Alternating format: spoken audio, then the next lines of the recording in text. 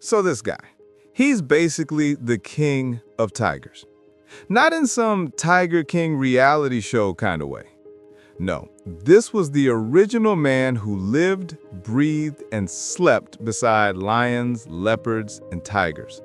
His name? Roy Horn, one half of the legendary duo Siegfried and Roy.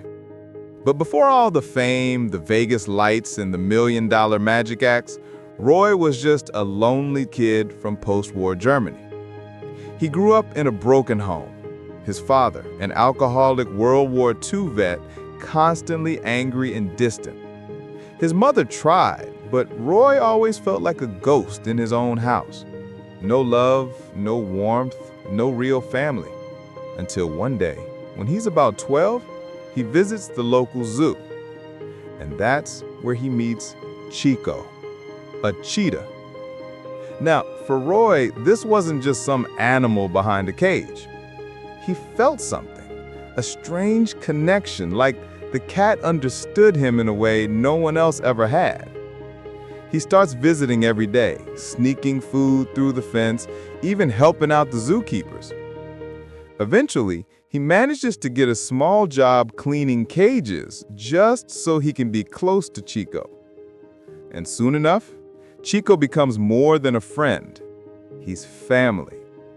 It's said that Roy loved him so much that when the zoo wouldn't let him take Chico home, he stole him.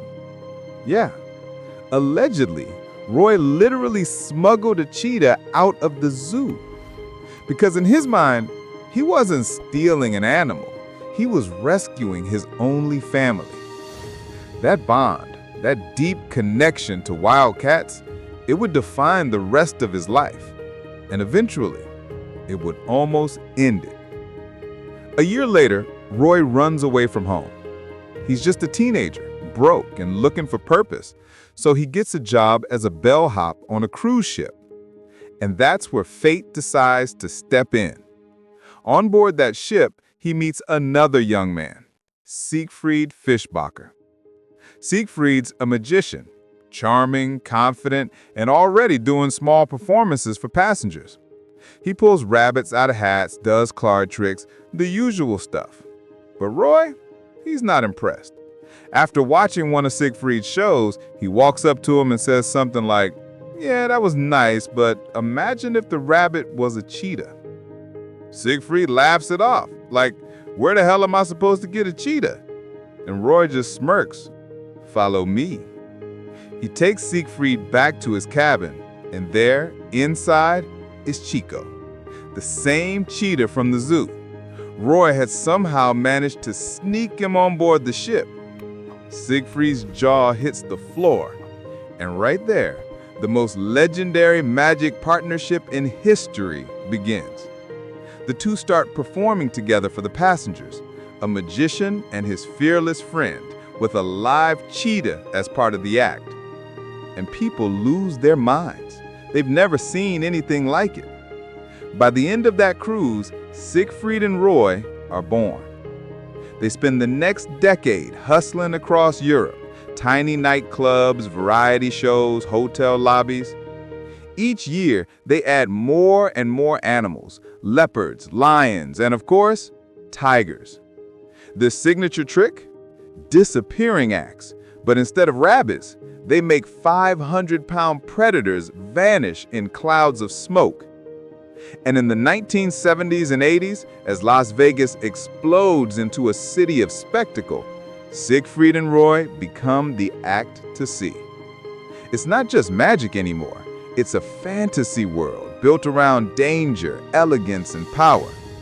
By 1989, they land a $57 million contract at the Mirage, the biggest deal in Vegas history at the time.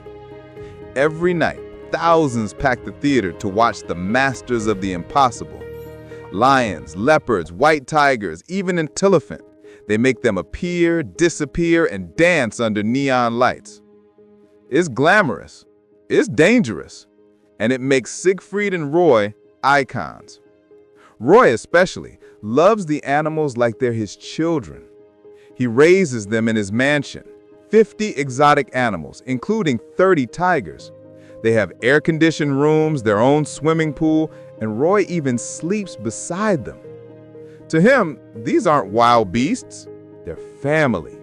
And he believes with all his heart that love can tame even a predator. But that's the thing about predators. They don't always agree. It's 2003.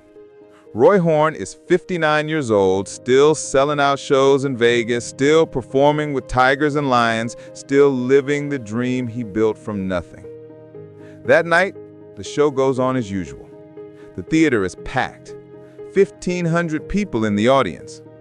The lights dim, music swells, and Roy walks out on stage with Montour, a massive 7-foot, 400-pound white tiger. Montour is one of the stars of the show. This is billed as his first public performance, though in reality, he's been part of Roy's private menagerie for years. The audience watches as Roy holds the microphone near Montour's mouth. For most of the performance, Montour behaves, calm, majestic, regal. But then, something changes. For reasons no one could have predicted, Montour snaps. He nips at Roy's hand. Roy recoils, taps him gently with the microphone, trying to maintain control.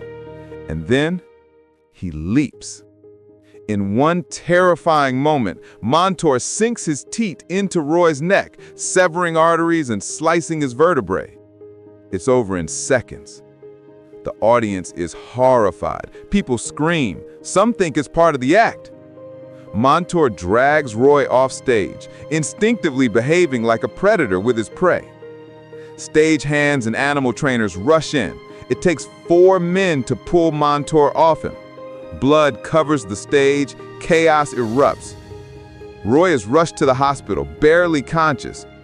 3 strokes, half his body paralyzed.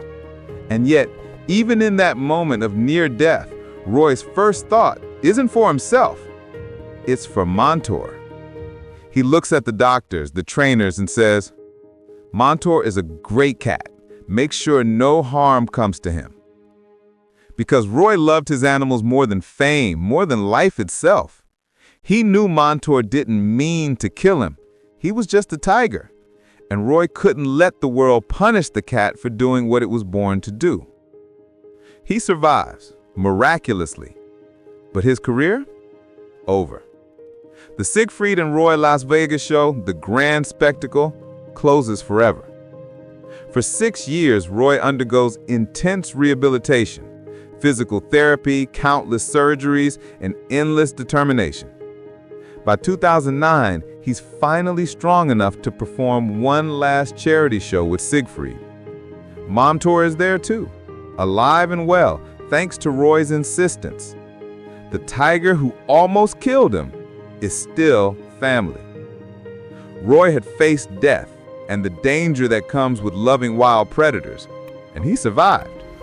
But the truth is, in the world of magic, tigers, and Vegas, love and risk are inseparable. And that's the story of Roy Horn, a man who was raised by cats, became a king of the stage, and lived a life on the edge, until he almost paid the ultimate price.